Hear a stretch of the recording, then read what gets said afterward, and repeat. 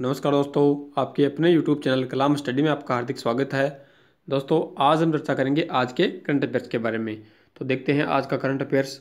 आज है 26 दिसंबर 2018 और आज हम देखेंगे आज का करंट अफेयर्स। इससे पहले दोस्तों एक क्वेश्चन देख लेते हैं। जो कल वाले वीडियो में हमने आपसे पूछा था उसका आंसर क्या होगा। तो वह क्वेश्चन है दोस्तों, हर वर्ष किसान दिवस कब मनाया जाता है। दोस्तों, हर वर्ष किसान दिवस फार्मर्स डे मनाया जाता है कब? 23 दिसंबर को मनाया जाता है। तो ये 23 दिसंबर को क्यों मनाया जाता है दोस्तों? क्योंकि 23 दिसंबर के दिन ही हमारे पूर्व प्रधानमंत्री चौधरी चरण सिंह की जयंती आती है, जिसके कारण चौधरी चरण सिंह की जयंती पर हर वर्ष 23 दिसंबर को किसान दिवस मनाया जाता है। तो ये था कल वाले वीडियो के क्वेश्चन का आंसर।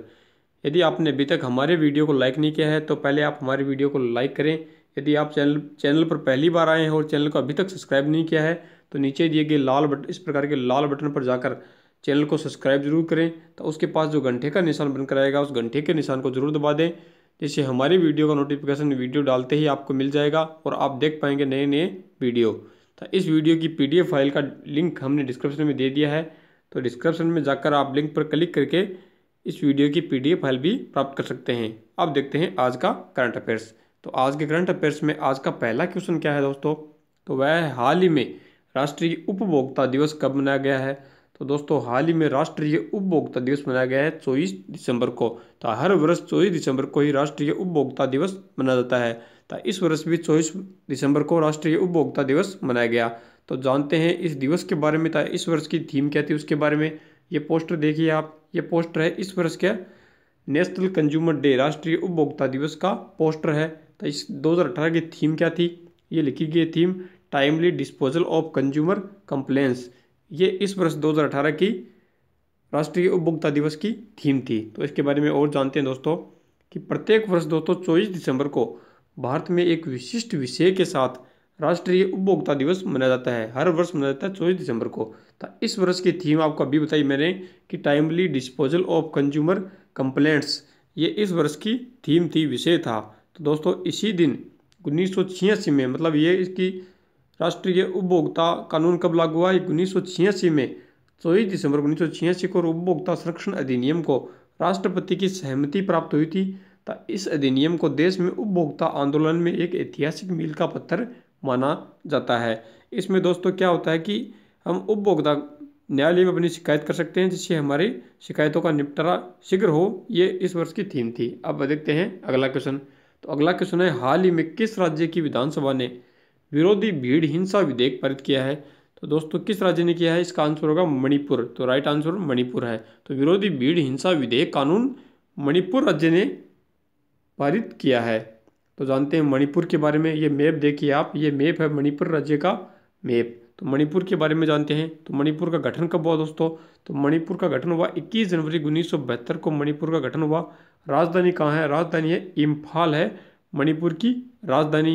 ये इम्फाल ईस्ट है और ये एक इम्फाल ईस्ट, ये इसकी राजधानी है। मुख्यमंत्री कौन है? वर्तमान मुख्यमंत्री हैं मणिपुर के एन बीरेन सिंह। एन बीरेन सिंह वर्तमान मणिपुर के मुख्यमंत्री हैं। राज्यपाल नजमा हेपतुल्ला हैं। अगला क्वेश्चन देखते हैं। हाल ही में प्रधानमंत्री नरेंद्र मोदी ने किस राज्य के लिए 14,500 करोड़ की परियोजना की घोषणा की है? तो हाल ही में दोस्तों हमारे प्रधानमंत्री श्रीमान नरेंद्र मोदी ने 14,500 करोड़ की परियोजना की घोषणा उड़ीसा राज्य के लिए की है। तो ये उड़ीसा राज्य की बात है। जानते हैं उड़ीसा के बारे में। तो ये मैप देखिए आप, ये मैप में है उड़ीसा का मैप है। तो उड़ीसा का बात है। तो उड़ीसा की गठन कब हुआ? आपको हर राज्य का गठन, राजधानी, मुख्यमंत्री और राज्यपाल में हर वीडियो में बताता हूँ। तो जो भी नया आए उसको आप कॉपी में लिख लें, जिससे आपको हर राज्य का ये बातें कंटेस्ट हो जाएं। तो गठन कब हुआ उड़ीसा का? तो उड़ीसा का गठन दोस्तों 26 जनवरी 1950 को उड़ीसा राज्य का गठन हुआ। राजधानी कहाँ है? तो उड़ीसा राज्य की राजधानी है दोस्तों भुवनेश्वर, उड़ीसा राज्य की राजधानी है। मुख्यमंत्री कौन है? तो नवीन पटनायक हैं उड़ीसा राज्य के वर्तमान मुख्यमंत्री। राज्यपाल कौन है? तो गणेशी लाल हैं।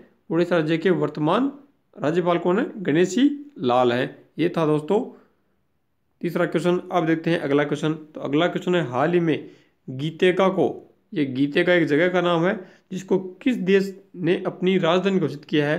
तो ये दोस्तों पड़ता है बुरुंडी में।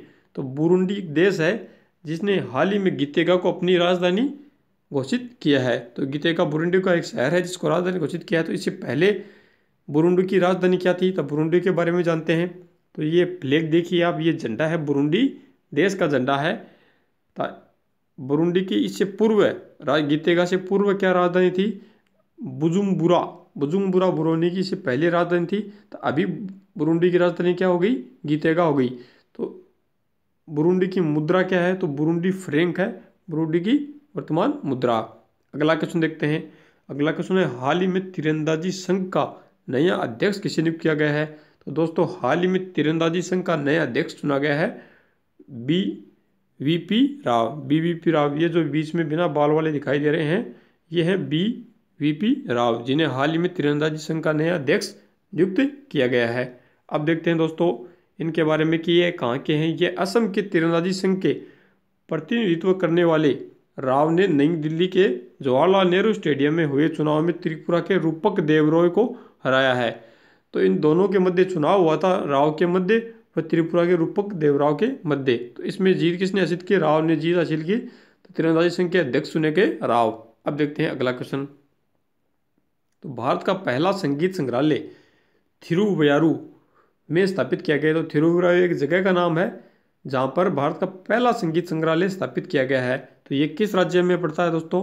तो इसका राइट आंसर होगा तमिलनाडु। तो तमिलनाडु राज्य में पड़ती है जगह थिरुवराय, जहाँ पर भारत का पहला संगीत संग्रहालय स्थापित किया गया है।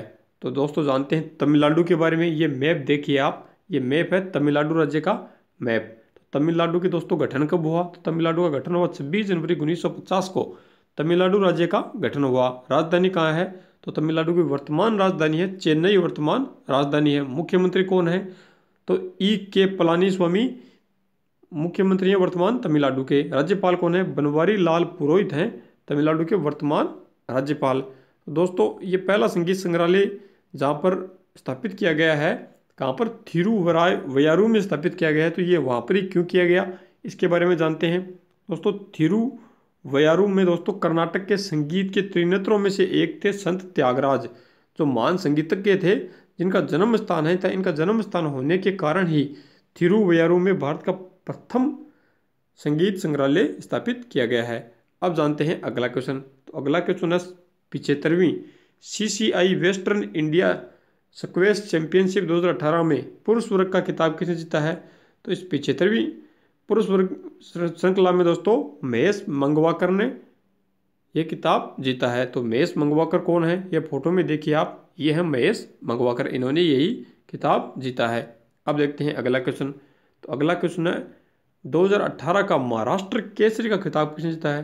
तो दोस्तों ये महाराष्ट्र केसरी का खिताब कैसे जीता है कि कुश्ती की एक प्रतियोगिता होती है जिसमें विजेता रहे उसे महाराष्ट्र केसरी घोषित किया जाता है।